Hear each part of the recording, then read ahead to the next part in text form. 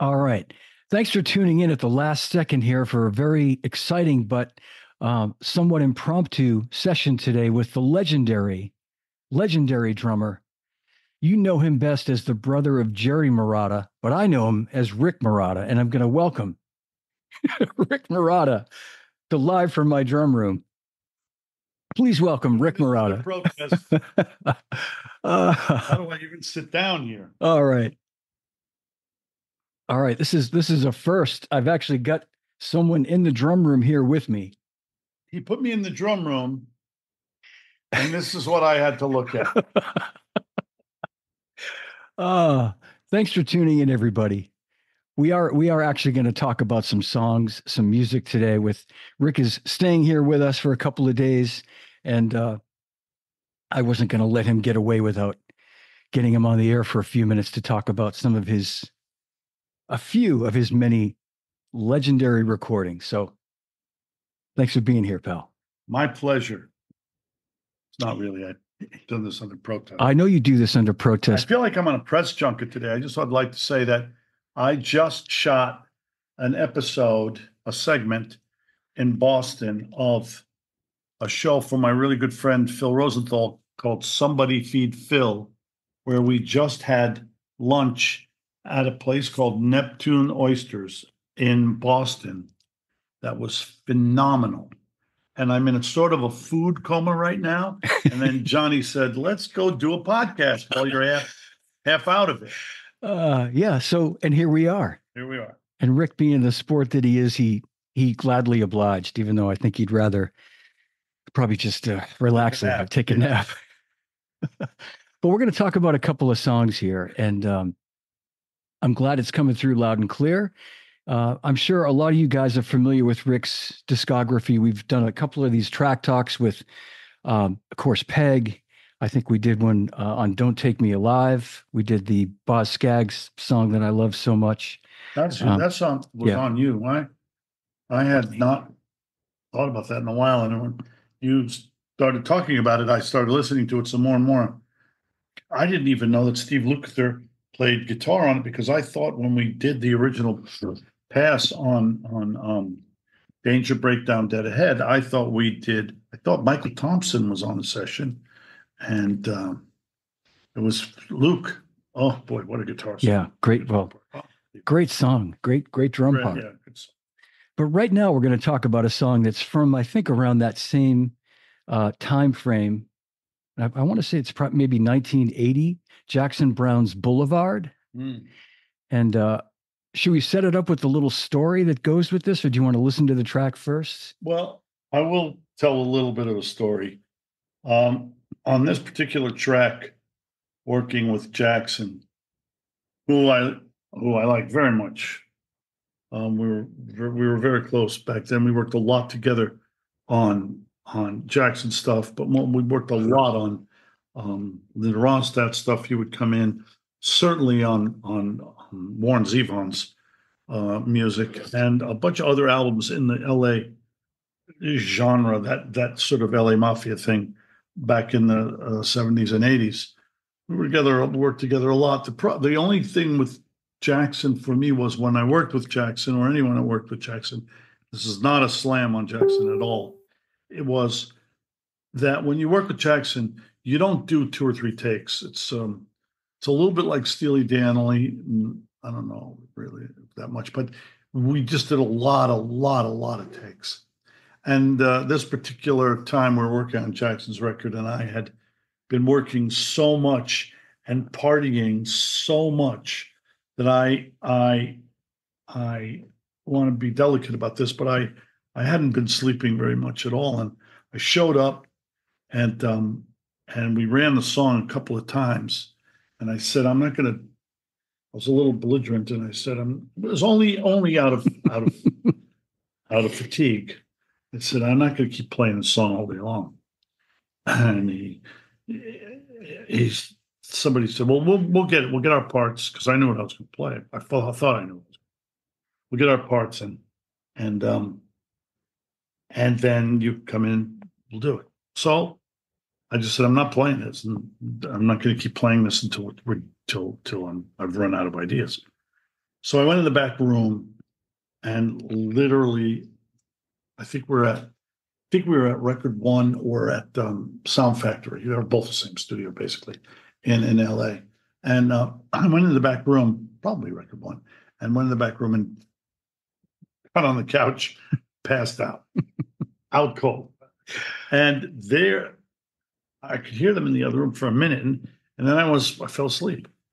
And a little while later, I feel this a little while, now a couple hours later, I feel this little poke in my shoulder. And I look up, and it's the incomparable Carla Bonoff, one of the great songwriters, singers of all time, and artists, and an incredible person, and everybody loved her. And I look up, and I see Carla poking me in the shoulder, and she says, "Ricky, Jackson would like to do a take." And I see behind her head is, I'm looking up, and her head is here, and I see him stick his head around like this. And I go, okay. And I walked into the studio, everybody knew their parts.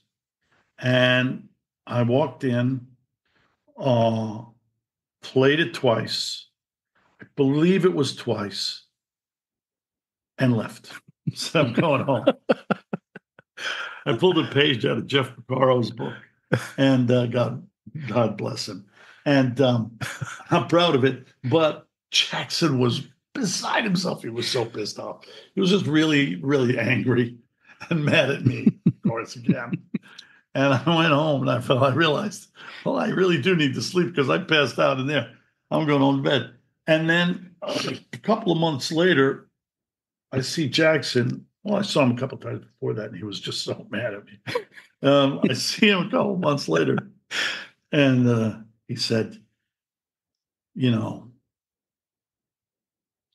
I tried recutting Boulevard, but I just couldn't get it the way I wanted it, so we used your track. I'm really pissed about it.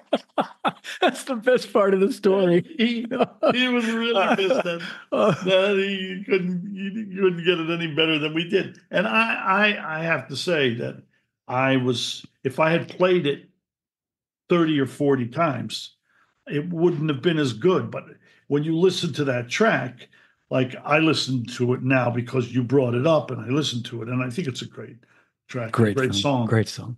It's on fire. It feels fiery to me.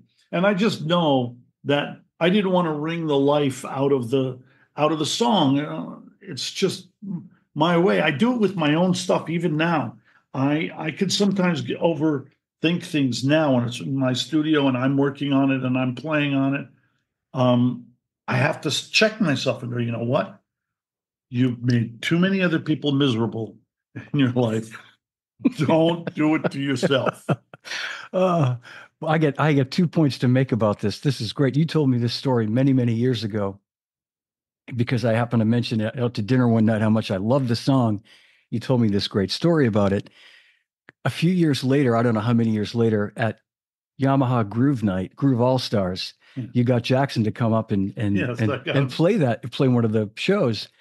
And Jackson is doing the song Boulevard, and he intros the song by saying, he tells the whole story Rick just told. He said, he's like tuning his guitar. He's like looking down, he's going, Rick played on this song originally. And Russ Kunkel's up behind the drums to play. Russ is playing that night, and you're standing off to the side. And he said, Rick recorded this originally, and he only did one take. I couldn't get him to do another take. And you could tell it's still kind of fun to me. Oh, yeah, it's definitely still fun. And then when we saw James Taylor a few years after I want to just stop. So I want to say that James, that when we did that, what happened that night was that Groove All Stars was Joe Testa and myself. Yes. Joe and I were the guys that we produced that show with Yamaha. And Yamaha gave us a lot of leeway with artists and things like that. And what happened was we get a call that day, and somebody says, it's Jackson Browne on the phone, and he wants to come to the show tonight. Right. And it's a big show. Was it Cerritos? And I said, wait, Jackson's on the phone? Oh, yeah, that phone. So, Jackson, I go, it's Rick Marotta. What are you doing there? I go, Jackson, this is my show. He goes, I want to bring these. Now, listen, this is a great, great human being. Yeah. And he was working with some kids in maybe in South Central LA or somewhere, and he wanted to bring them to a show. And this is Jackson does this kind of thing all the time. Yeah. He wanted to expose them to the stage, music, a show, and things like that. I wanted to bring them to the show and at the NAMM show. And so I said, of course you could come to the show. You're done. You're set. Whatever kids you want to bring. There's one little thing. How would you like to do a song? He goes, really? Okay. I said, what do you want to do? He went, I think I'd like to do Boulevard. And I think he did Boulevard because he can tell the story. He can tell that story. Absolutely. And then you were saying that when we went to James. So we went to see James Taylor some years later. Rick was on the Vineyard, at his place on the Vineyard. And we went up to Boston to see our friend Steve Gadd playing with James Taylor, and Jackson Browne was opening the show. So we go back before the show to go have dinner, and I feel like we walked right into Jackson. Like Jackson was coming out of the green room or something, or catering, and he sees you and goes, "Oh, geez, for crying out loud!" And then he starts saying, I think he said to James or to Steve or somebody. Steve. Yeah, Steve. He said, this guy, he would only do one take of Boulevard. It was like. But he also, that same day, we were talking to him, and Steve was standing there. And so I said, the first time I played with Jackson was not on Boulevard. It was in New York, and they called to do the session.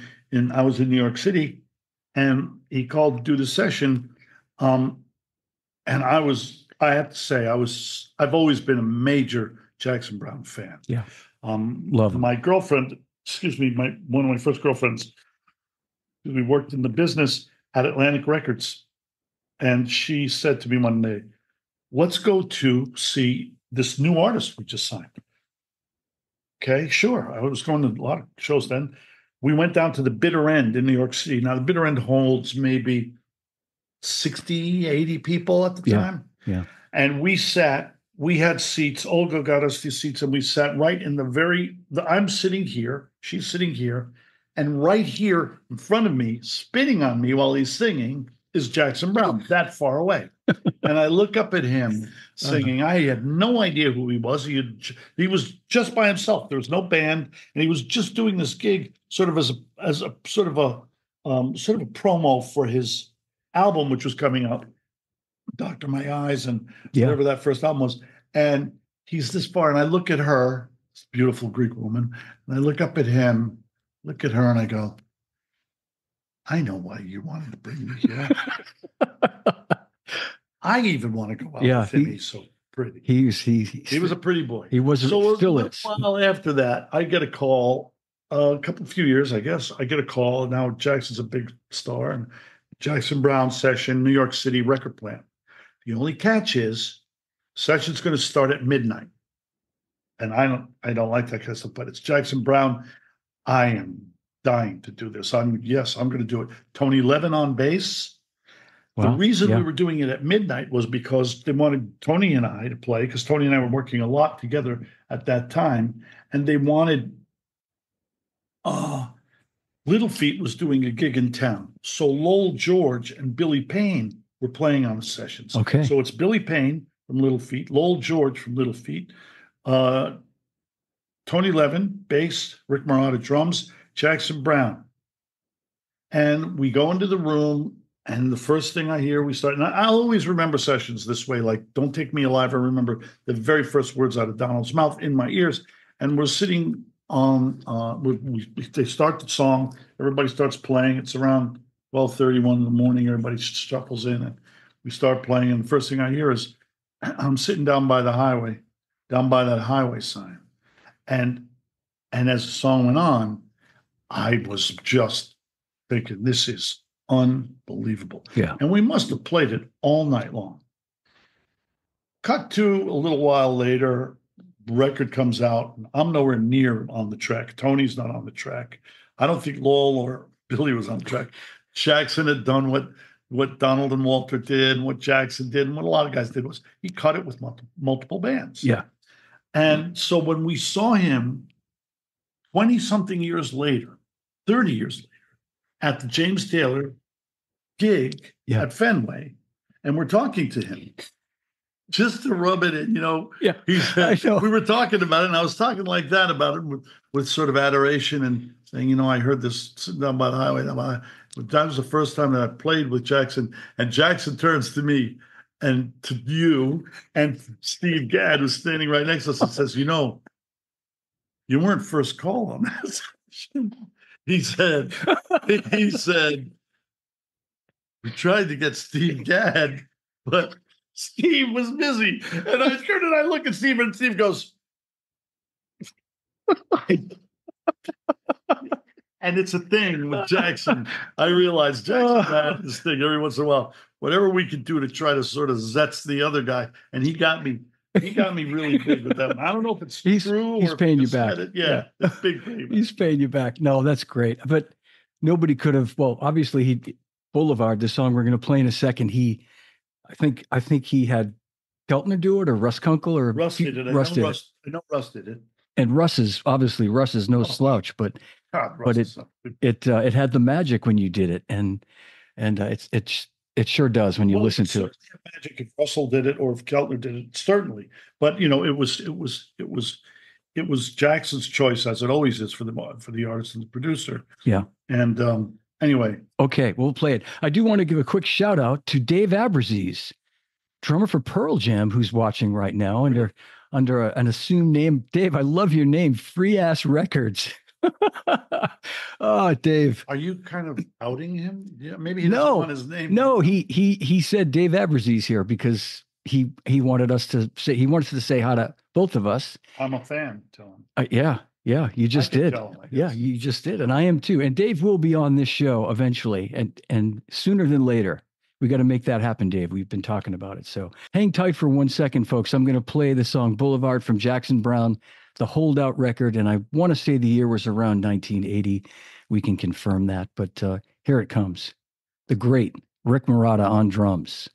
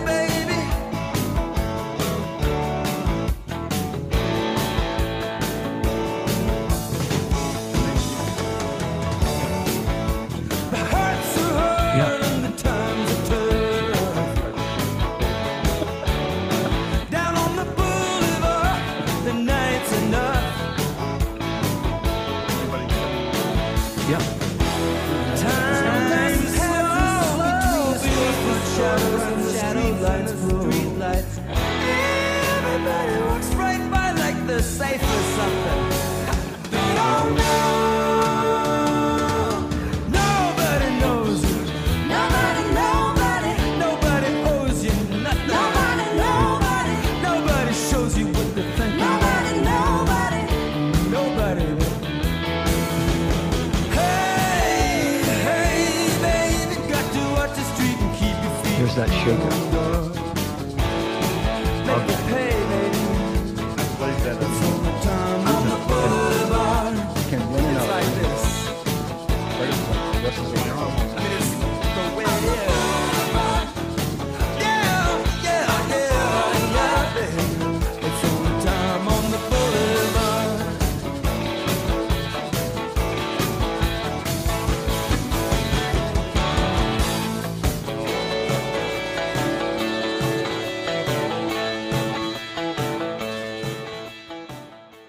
so much energy. The drums were just driving that song. Rick, a couple of questions that popped up, and I have a question. So you mentioned Carla Bonoff. That's her singing the backup vocals. I don't think so. I'm not sure. I think it might be Rosemary. Oh, okay. But I really don't know for sure. I'd have to look at the credits. But Rosemary sang pretty much everything that he did. That's right. Yeah, I think I did know that. Now that you say that. Okay. But Carla was around, probably Carla was doing her song, her record in the next room. Yep. Because we worked on her record as well. Gotcha. Okay. A couple of questions from the audience watching. I think it was George Sandler asked, do you remember what drums you used on that particular song? If I were to guess, because that was in LA,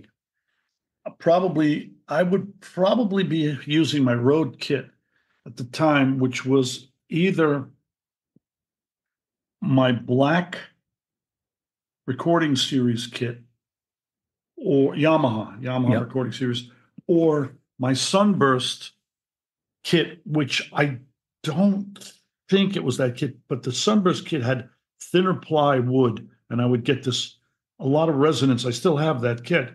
I used it on a James Taylor tour and a Linda tour, but I'm pretty sure it sounds like my Tubby recording series kit, that black Yamaha recording series kit, one of the early kits, and it had what also you have to understand is the drum sound that those guys got it was, I don't even know who the engineer was. It could have been Val Garay, it could have been Nico Bolas, it could have been Jim Kniper. They were guys that worked in that studio back then, but the drum sound, those tubs, I love that sound. So that would make me play a certain way. Sometimes when I played on different kits in New York at the A&S 7th Avenue, I wouldn't get that tubby sound, and it would make me play a different way. Yeah, yep. The song was recorded in 1980, and just I won't say my vast knowledge, but my knowledge of Yamaha drums, I want to say it would be an early recording custom, because I think they really didn't make their way into the States till about 82, 81, 82, but you probably had a kit before that. Steve and I had, I'm pretty sure Steve Gadd and I had the first recording series kits, because Steve had gone to Japan just before I did.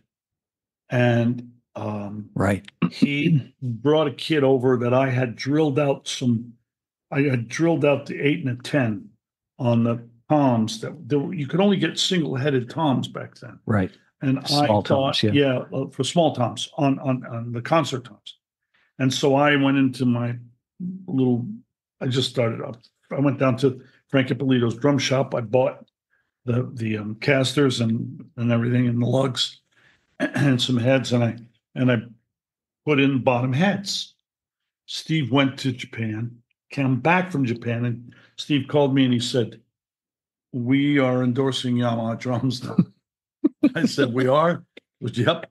I said, "Well, how'd that happen?" He goes, "Well, I was just there, and he said, "I've already picked out your drums when you get there." And sure enough, I was going like 3 weeks later to Japan, and I get there.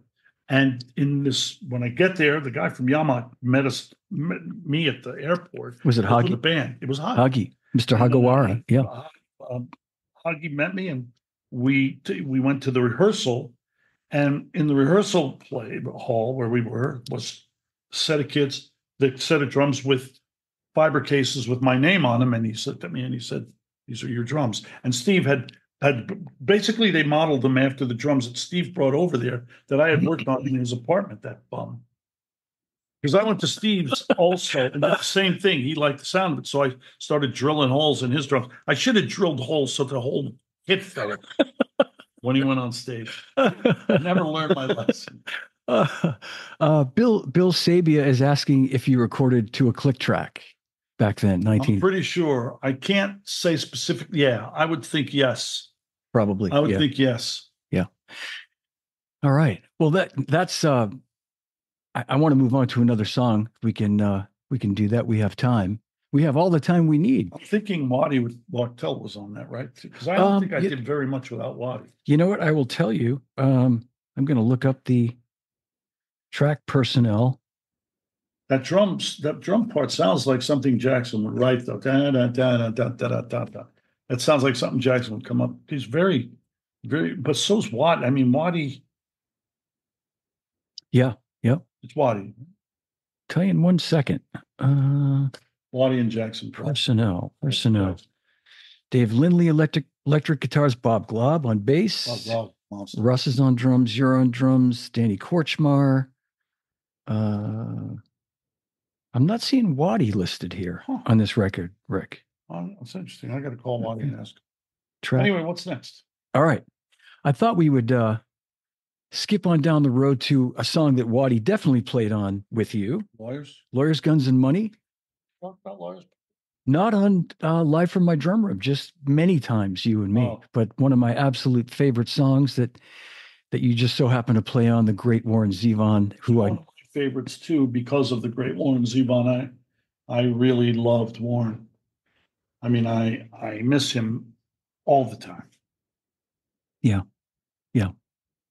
I know you. I remember us having dinner in LA when Warren was sick, and I just remember how distraught you were. You were just really just. I couldn't even talk to him. It was so bad. I had this problem, and Warren was dying, and we had spent so much time together on the road and, hanging out. We were supposed to actually write together. He wanted to write some film stuff with me and some TV stuff. And we didn't get the chance because he was taken too soon. Yeah. And Waddy would call me and he would tell me how things had progressed. And it was sorry. But I mean, that's just that then. Yeah. This is Lawyers, Guns, and Money was another one of, I'm sure you all know, if you know who I am, you know who Warren Zevon is. And he's one of the great songwriters, singers that I ever worked with. And I've worked with a lot of great ones. The thing about Warren was there was an intellect and a sense of humor. I remember he used to talk about Hunter S. Thompson all the time. It was one of his favorite people. And Warren would write like those kind of crazy stories into a song. Like Lawyers, Guns, and Money. When you listen to this 3-minute song and what he says in it, it's Poor Pitiful Me, Hasten Down the Wind. Werewolves of London. Come on, man. I know. And just Muhammad's Radio, Rolling the Headless Thompson Gunner, Bad Luck Streak and Dancing School, bang, bang, bang, bang, bang, bang. And Warren would say to me, sometimes he'd say, let's write something together. Okay. He'd say, just give me a title. What? You have the best song titles of anyone I ever met in my life. Just give me a title and we'll write to it. We'll write a song. Because I remember when I first was working with Warren, we were walking down the street once to go to dinner. This was at Sound Factory, and we were walking around the corner to this Thai restaurant on Selma, I think, or Cahuenga. And I said, Warren, how did you come up? Because I had listened to this Hasten Down the Wind that Linda had done, and I had been working with Linda before that, and so I'd listened to a bunch of Linda stuff to get a feel of what it was when I first started working with her, what she was all about as a singer, and I just listened to the song called "Hasten Down the Wind" that she did, so written by Warren Zevon, and I just thought it just was amazing and beautiful. Yeah. So I said to Warren, we're walking to dinner, and I said, Warren, and I really didn't know him that well. We were just starting to work together. I said, Warren, got to ask you, where did you ever come up with that? Hasten Down the Wind. He said, well, he said, I was in a breakup, I was in a relationship and we were breaking up. And I was thinking all the different ways that you take a hike, beat it, get out of my life, hasten down the wind. And I just thought, my God, that's how you come up with these. I just still think that hasten down the wind. I still sometimes I'll just be thinking about great songs and I just think of that title. That's a great, I mean, all Lawyers, Guns, and Money. I mean, every single song title that we once were gonna write something. It was me, him, Waddy, might have been Bobby Glaub or Lee Sklar, and I think maybe J.D. Souther was there. We were trying to come up with a song, and we were in a studio, and we started playing a shuffle. It's really, really deep, slow gut bucket shuffle, and Waddy, everybody playing great, and Warren just started singing the Pope of Rome, Pope of Rome, he wears a cap, the Pope of Rome. 20 minutes later, we're still playing Pope of Rome. He wears a robe, and I said, "We're not getting anywhere with this song, really, are we?" It was just, he said, "It's the Pope of Rome is a great title for a song, but we're never coming up with anything good for Pope of Rome." But that's how songs, I guess that's how great songs are made and not made. Yeah, exactly. Well, this is definitely one of the great songs. And it just, everything about this, the groove, what you play in this song, it's just, it's to me, it's the classic Rick Marotta behind the beat. Just so, it's the feel is just incredible. And it's so you, and it's such a great song. So we're going to listen to it and we'll talk a little bit more about it afterward. Here comes Lawyers, Guns, and Money. This is actually from 1978, so a couple of years before Boulevard. Here it comes.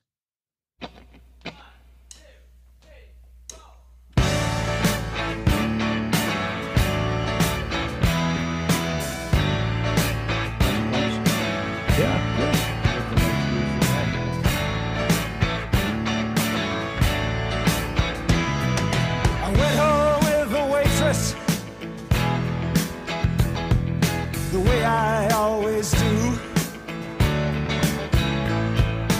How was I to know she was with the Russians too?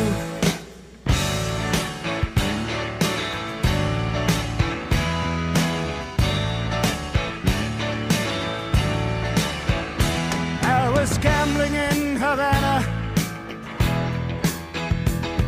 I took a little risk. Send lawyers, guns, and money. Dad, get me out of this. Ha!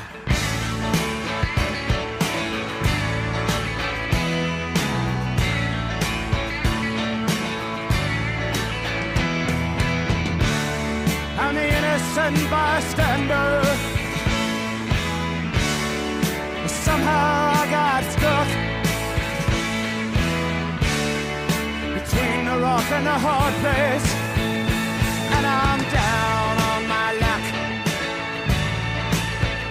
Yes, I'm down on my luck. Well, I'm down on my luck. I'm hiding in Honduras. I'm a desperate man. Send lawyers, guns, and money. The shit has hit the fan.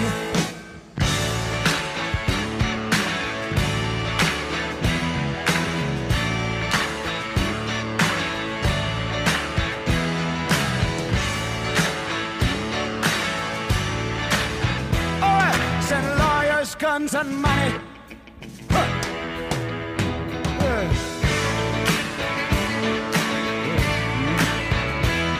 Send lawyers, guns, and money.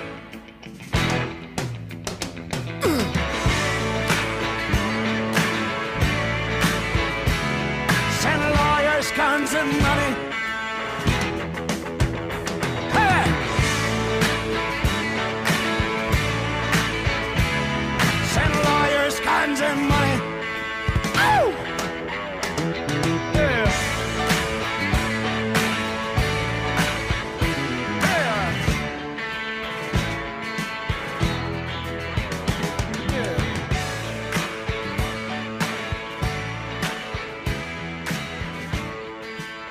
this little marching thing you do right there.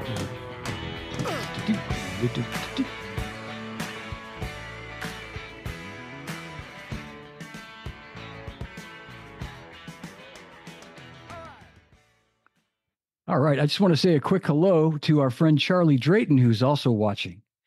CD, great to see you. Charlie, we love you.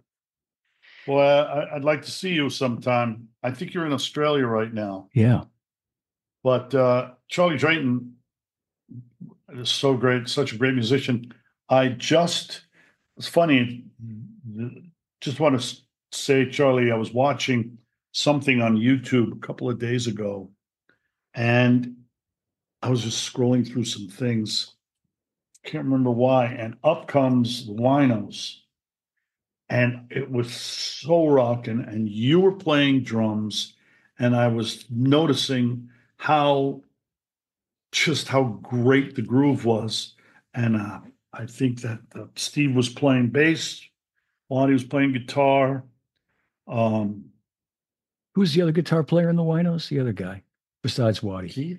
Keith. What's his last name? I don't know. Who knows? And Ivan Neville. What a band. Yeah. It's maybe one of my favorite bands, and a lot of it was due to Charlie and Steve both trading off, going back and forth, bass and drums, and just killing it.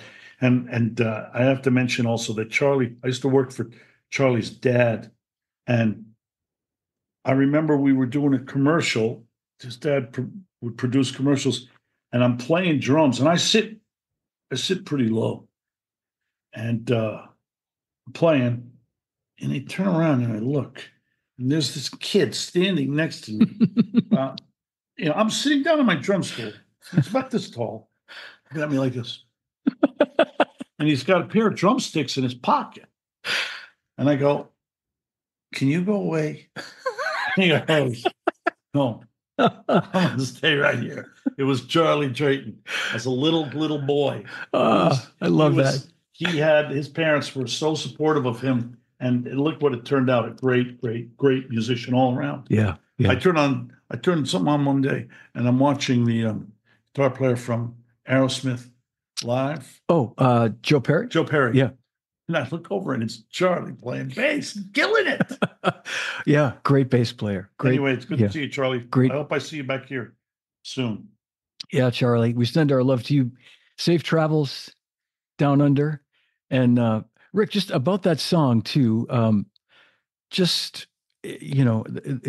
mentioned the feel. It's just such a great, groovy, feely song. I mean, was that something you guys?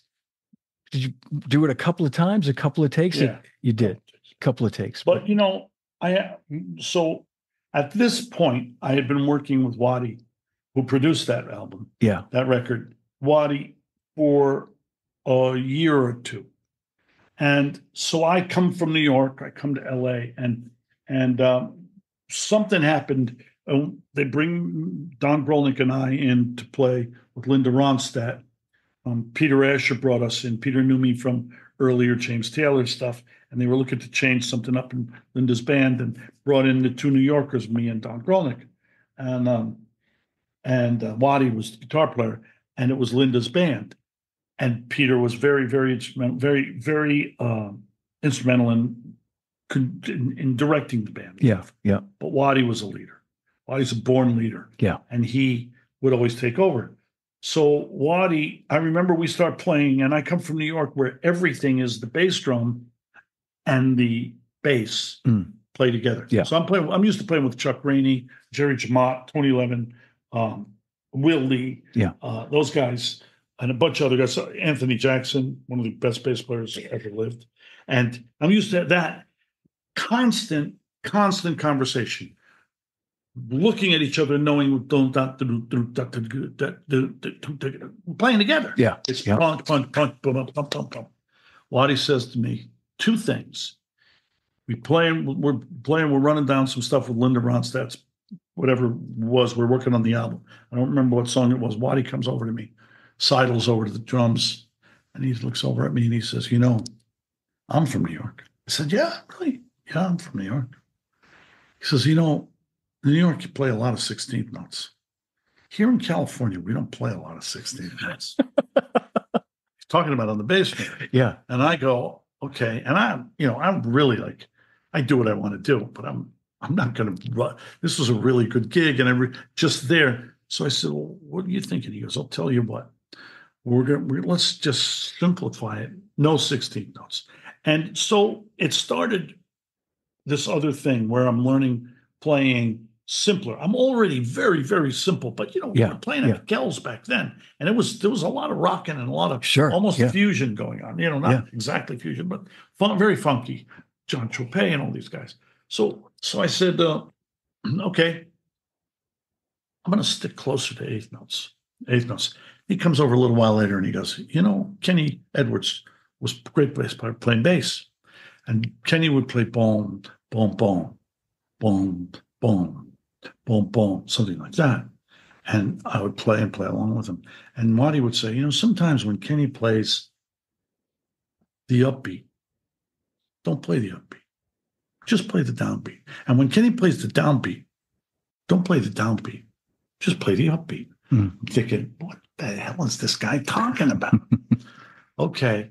And sure enough, it evolved into this kind of approach where I would listen to the bass, and a lot of times Waddy and I would discuss. It was sometimes you'd hear it's so simple. You listen to it, and you go, it's such a simple part. Any moron could play that part. I've heard many people call me a moron as a drummer. No. So, but not to your Waddy, face.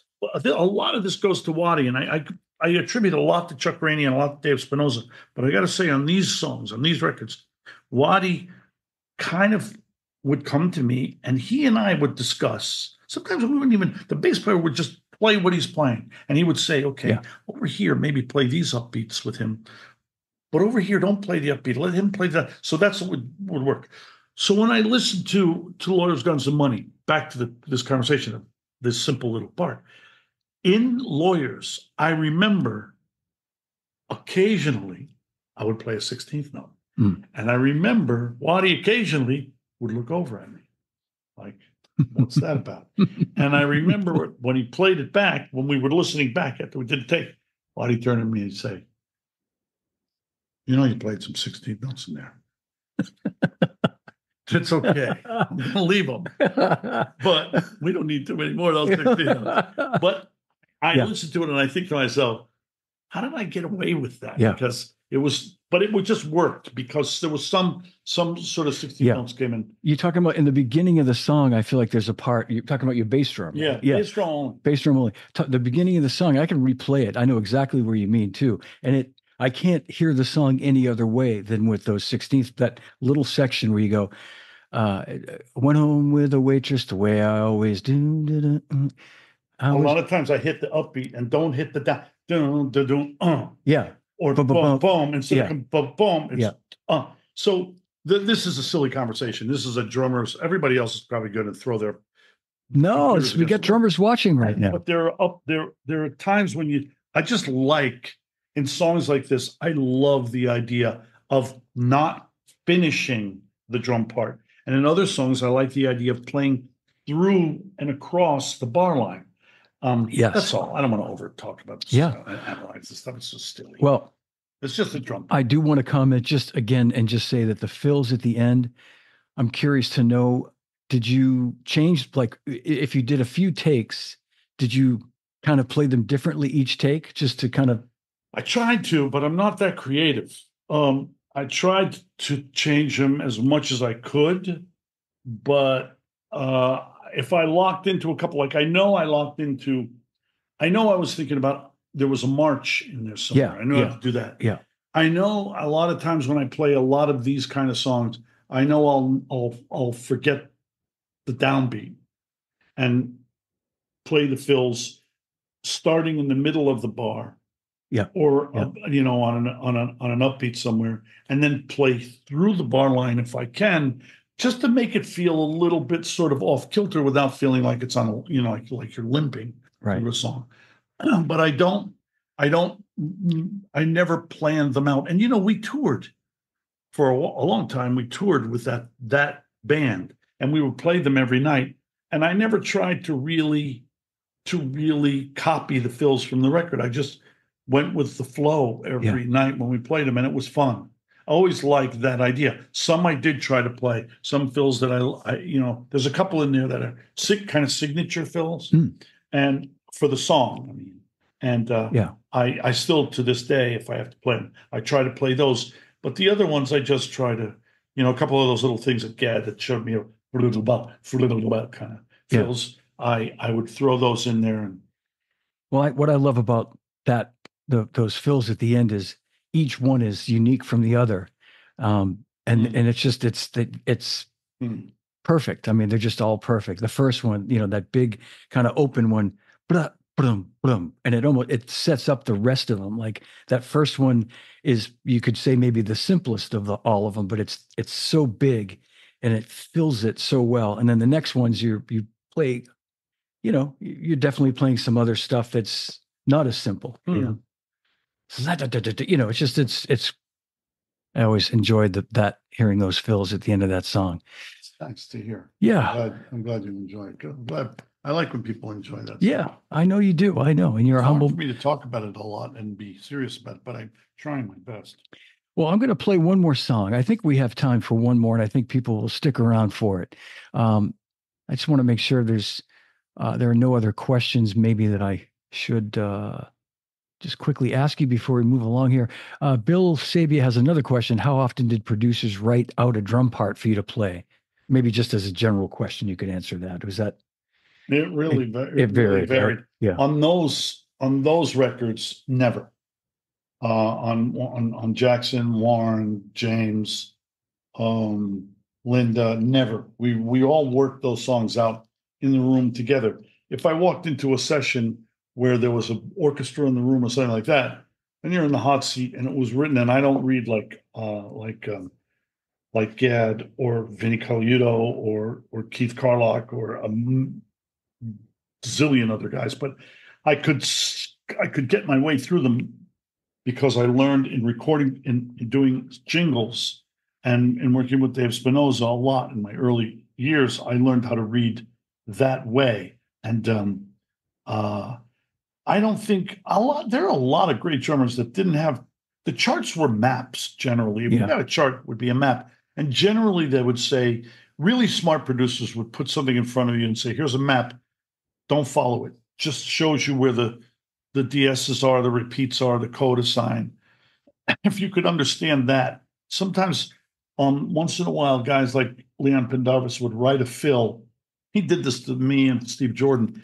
We would play at McKell's, and then we'd show up on a session for Pendarvis that week, and he'd write these really intricate drum parts. And I go, I can't play that. And I think the same thing happened to Steve Jordan. And he'd say to me, Rick, that fill you played on stage at McKell's 2 nights ago, I went right to the back room and wrote it out so I would remember it. And I wrote it, and he sang it to me, and I could play it. So, I mean, on those records, those fills those parts were never written out. Sometimes you'd just see you'd see a backbeat, a downbeat, a backbeat, 2/8 notes, a backbeat. That would be it. Once in a while, you'd see mostly hits, you'd see an eighth note tied in over to the next bar, or 16th note tied over to the next bar, a dotted quarter note figure so that you could know that you're just playing dotted quarters. And that. For me, guys like Vinny and Steve and Steve and all these other guys, and they would they could really make their way through these other very intricate drum parts. Very quickly, I'll tell you a story. I was working in LA. Yeah. I was doing some sessions for this producer arranger, and he wrote out every note, and we'd play it. And I remember I was with Neil Steubenhaus playing bass, great bass player. And we'd play it, and I turned to Neil. I said, Neil, every time we do these, thank God they were only a minute long jingles for this particular guy. We do these things, and they're these lush orchestra things, and they're great. But the rhythm section sounds just so cheesy. And he'd write the fills. We'd have to play the fills. And it bothered me. So I said to Neil one day, I said, Neil, I'm going to go talk to the guy. I don't know, I going to mention his name. And I talked to him, and I said, listen, we got this. So why don't you let Neil and I just play the groove. It's only a minute long, 30 seconds long. Let us play the groove. And let us do what we think we should do. And let me play the fills I think I should play. So and we went in and we played it, and it was rocking. It felt great. It was really great. We finished it. He went, played him back. Played his piece of crap. Played ours. Rocking. He said, "Oh, I really like mine better." I knew you were going to say that. And I said, "Okay." And it really bothered me. And Neil said to me, "Rick, don't worry about it." Next thing you know, Vinny was doing sessions for the guy because I said, "I can't do this anymore." It was just painful. But some guys were better at it. And Vinny could make anything feel great. Yeah. Yeah. Well, so can you. So can, Steve and all the guys we're talking about right now. But yeah, I was going to say, I would think that when somebody hires you to do, they give you the roadmap, but they're going to leave it to you to put in, all the fills and all the ideas that you have. That's just why they hire you. So yeah, I think that was the thing. I think there are certain guys you really, for me, if you hired me to play on your record, you weren't hiring me to do the same thing that a Broadway drummer could do. Brilliantly. You were hiring me to be my personality. It's like I always tell Johnny, we talk about this a lot. Actors, I'm an actor. You give me a piece of music, to me, it's a script. There could be 5 actors, drummer actors behind me. We're all going to play. My objective was to play that piece of music and create a character for that piece of music. I know it sounds crazy because I'm hitting sticks, dropping on skins. Yeah. But when I could create a character, I would think of a character. I'm going to create this character, musical character, who's going to dance through this song. And that's what it was going to be. That was what I think my strength was. Other guys' strength is sitting down, reading note for note, everything that's there verbatim, and making it feel good as could be on the page. And it's a talent. I've seen it myself when I went into the pit with Dave Spinoza on a couple of Broadway shows when he was playing Broadway, and they brought me into the pit, and I sat with the drummer and watched them. These guys, I marveled at what they did. Amazing. Verbatim. Yeah. Verbatim. Yeah. Every note was written, but they made the note on the page work. Yeah. Playing it. I would do it and I would go, okay, I'm going to interpret this a little differently. Mostly fills. When it comes to groove stuff, if you can really play a groove, you can make almost anything work. But when it comes to filling, guys like Charlie's here. Charlie knows, anybody who's watching this that's a drummer. I think John Ferraro's watching. Yeah. Guys know. They know what they're doing. They know when it comes to a transition, that's a big part of a song. The songs that we're listening to here today, I think, you have to understand transitions. A friend of ours, a very good friend of John's and mine, is a drummer. He plays drums in his house all the time, and he tells everybody he's a drummer, comes and sits in, he's a furniture salesman. It's a great guy, very successful guy. But, he plays okay, and then you get to a fill, and there's... I'm like, okay, you're just losing everything. One note in a fill, one note can say so much. Yeah. I don't mean to laugh. Yes. Let's stop boring these. No. I agree. And I'm glad you said hello to John Ferraro. I just saw that John Ferraro is watching, our friend and very good friend, great drummer. And also want to just read this comment, Rick, and this will be for a later episode, which we've talked about many times. You have a comment. Hi, Rick. Hi, John. Just want to say Rick is one of my favorite drummers of all time. And James Taylor's Hour That the Morning Comes is one of the best drum tracks. Love you, Rick. And that will warrant, I think, an entire show that we'll talk about that, because that's such a deep song. I love that track. That's one of my favorites.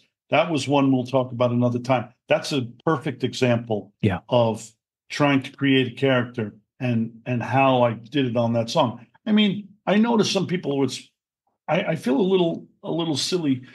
I know that some people really appreciate these conversations, and I try to be really, really detailed about it, more than I normally would be. And other people are like, who cares? It's just drums. But I'm just trying to let people know understand that what it takes to be sort of to be happy for me is to feel like I'm contributing something. I can't play a lot of notes. I just can't. If someone says to me, play with these gospel chops and really fast all over the kit, it's just never been something that interested me. I admire it and I can enjoy it and I can watch it and think it's great, but it's not something that I ever aspired to. I love listening to a downbeat and a backbeat and a downbeat and a backbeat. You know, I'm hoping to do this this gig in Savannah, Georgia in January. I'm trying to work it out that I can get there, where Don Randy's going to go, and through this friend Jonathan Mover, who was kind of setting it up, putting together with this man Thomas Claxton in Savannah, and they sent me some songs they wanted me to think about playing there, and one of them was The Confessor by Joe Walsh, right, from the Confessor album. And I honestly, I hope it's me playing on it, but all it is a downbeat and a backbeat, downbeat and a backbeat. But when you got somebody like Joe and Waddy and whoever was playing bass, I can't even remember who the bass player was. Might have been Bob or somebody like that. I think I looked it up. No, it might have been Rick Rosas. I think it was Rick, the bass player. Yeah. Then you got those guys. It's just it's all you have to do. Downbeat and backbeat. I mean, listen to everything else. I don't care who's playing drums. If you put that in the slot and you put the backbeat in its slot, that's all you need. You could put a downbeat and a backbeat on a drum machine. Play that. Guys, play to it. You put a downbeat and a backbeat with somebody who has a good feel and where to place it, you're going to sound, it's going to elevate from a drum machine from here, it's going to go to here. And that's what I tried to do. Yeah. No, that's great. I'm going to play one more song, and this is kind of a little bit of a departure from what we've been talking about. And it's an older song. And I picked this, Rick, because it's a song that people don't talk about this song. You know, people always want to ask you about Peg. They always want to talk about Don't Take Me Alive and all these Steely Dan songs you played on. But this is a song by Jim Croce. It's called I Got a Name, from the I Got a Name record. And I think I only learned this was you a few years back. I realized it was you playing drums on this song, and you're playing brushes on it, if I'm not mistaken, right? Yeah.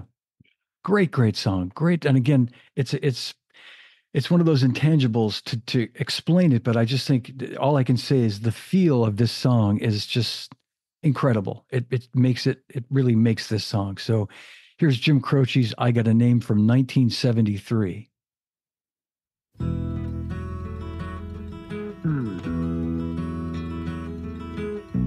Like the pine trees lining the winding road, I've got a name, I've got a name. Like a singing bird and the croaking toad, I've got a name, Yes, we know. I've got a name.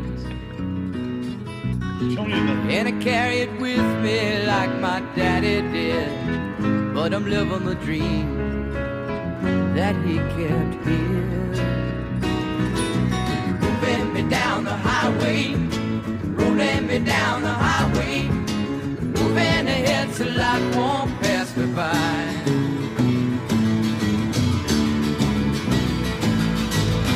Like a north wind whistling down the sky, I've got a song, I've got a song. Like the whippoorwill and the babies cry, I've got a song, I've got a song. And I carry it with me and I sing it loud. If it gets me nowhere, I go there proud. Moving me down the highway, rolling me down the highway, moving ahead so life won't pass me by.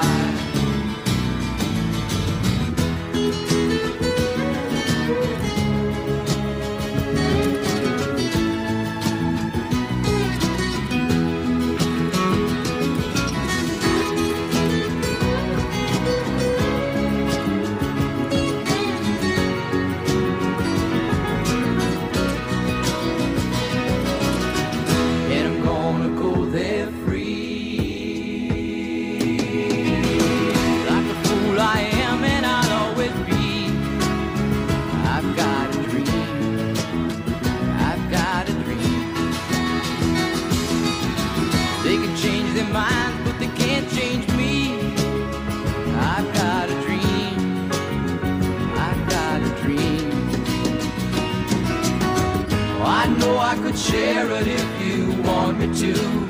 If you're going my way, I'll go with you. Moving me down the highway, rolling me down the highway, moving ahead so life won't pass me by.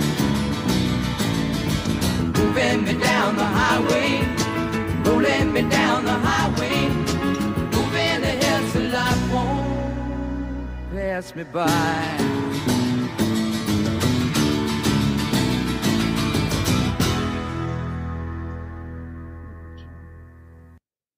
Man, what a great song. What a great arrangement too. I mean, Yeah. did he write all those arrangements? Yeah, Jim Croce? no, Terry Cashman and Tommy West. And I think Tommy played piano on those things, and I think Joe Mack played bass, if I remember correctly. Okay. Yeah. And Maury played guitar, I'm pretty sure, and Jim played guitar. Yeah, you know, I heard it a few times. Actually, I think I was in a store or something, and it came on the radio. But I'll tell you that just very quickly. That was 1973, very, very early on. That was influenced for me. That was influenced by Russ Kunkel, without question. Yeah. And then Andy Newmark, because Russ, we had listened to Russ play on Fire and Rain and on James's album, Sweet Baby James. And I mean, Russ rewrote the book on playing drums for me. Yeah. In my mind, because of what he did on those tracks. He just, for me, it was just, we didn't do that where I was. And so Andy and I, because Andy started working with Carly Simon right away, Andy and I talked about Russ, talked about that. And I knew Russ's work also from the Jim Carroll album I had done. He had done the first one. And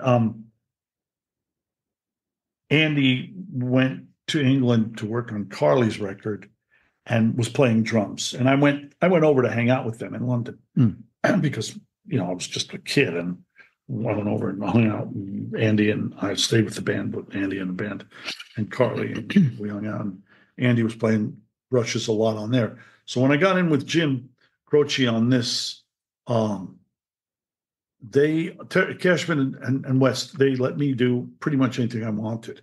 And I remember saying, I don't remember, but I'm sure I said to them, I'd like to play drums. I'd like to play brushes on this. And we cut this, I'm almost positive we cut it at the old Hit Factory on 48th Street. And probably somebody like Harry Maslin was the engineer, because back then I listened with much more respect and to the drum sound, because I used to get crazy with the drum sounds, because I always felt like the California drum sounds and England drum sounds were better. That's why I kind of would leave town once in a while, because it would drive me nuts. We had these choked down drum sounds in New York, but those drums sounded really good to me. And I'll tell you a funny, quick little aside story to this. I got a name. So I was, you know, I did the music to Everybody Loves Raymond, and I'm pretty friendly with Ray Romano all these years. And we play golf together a lot. So Ray called me this summer, last year. I know this. The winter, and he called me to go up to his place in, he has a place in Palm Springs to play golf for the weekend. And I go up, and it's just me and Ray and his wife, Anna, very, very nice people. And Ray and I are going to play golf. So we play golf, and we come back, and Ray's working on his movie Somewhere in Queens, which is a great movie, by the way. And I didn't do the music to it, but I did the music to Everybody Loves Raymond, but I didn't do the music to this movie. And Ray's we're in the living room and hanging out, and I'm doing something. He's on the computer. He said, I got to do a little editing and some testing on the movie I'm doing. Okay. And he goes, have you ever heard of this guy, Jim Croce? And I said, wait, what? Yeah. What do you think of the idea of this song? I want to use it for the movie, for the main title and the end title. And he hits play, and it's dum, dum, dum. I got a name. And he plays it, and I go, he goes, what do you think? I don't say anything. He goes, what do you think? I said, Ray, you know who's playing drums on that, right? He goes, no. I said, I'm playing drums. He goes, really? I said, yeah, as hard as you tried to keep me off your movie, I'm still on your movie. And he goes, well, I had good news and bad news for you. He said, I'm going to use the song, but we're not using that version. And sure enough, I went with him to the screening at Tribeca, and I went to the premiere with him because he said, I want you to come to the premiere. And I went to the premiere and screening. And the main title is a version of I Got a Name. And the end title is an acoustic, both great versions, acoustic, just a guy playing guitar and singing a totally different feel. Yeah. It was great. Neither of them were approaching, and he knocked me out of the movie. Oh my God. Oh, we should let these people go home. All right. Well, yeah, we're gonna wrap it up, folks. I want to thank everybody for watching. We will do this again. We have nothing else to do. I'm staying here today for a couple of days, so you were stuck with us. We would be talking like this anyway. That's right. That's right. I figured why not put it down on film, and as Rick knows, there's no such thing as a free lunch. So I put him to work when he comes here. Charlie Drayton says, sitting beside you for so many sessions was invaluable in countless ways. Daily master classes surrounded by the greatest musicians and arrangers. Yeah, I'd love to do it all over again. Charlie Drayton. Yeah.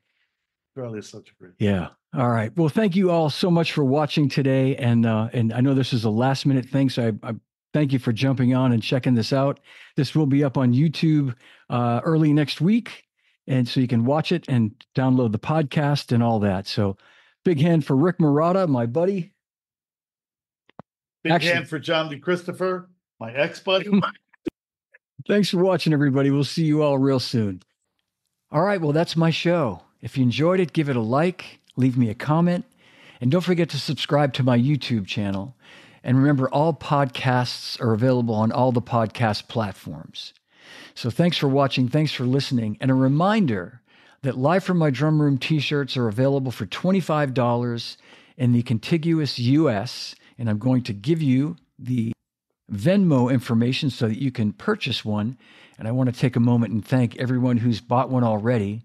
A reminder that 100% of the proceeds go toward a scholarship at the Percussive Arts Society, PAS. And you're supporting a great cause when you buy one of these shirts. So the Venmo information, if you're listening and not watching this on YouTube, it's at John-DeChristopher-2. You can also email me at livefrommydrumroom@gmail.com with any questions. All right, so thanks for watching. Thanks for listening. I really appreciate it. Remember, no drummers are harmed on any show. And drummers, when in doubt, leave it out. I'll see you again real soon.